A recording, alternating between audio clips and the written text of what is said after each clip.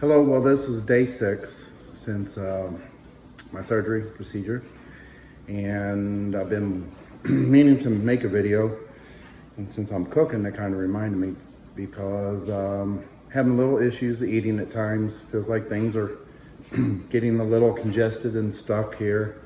I slow down, drink some water, and besides that, it's going well. No acid reflux and nothing coming back up.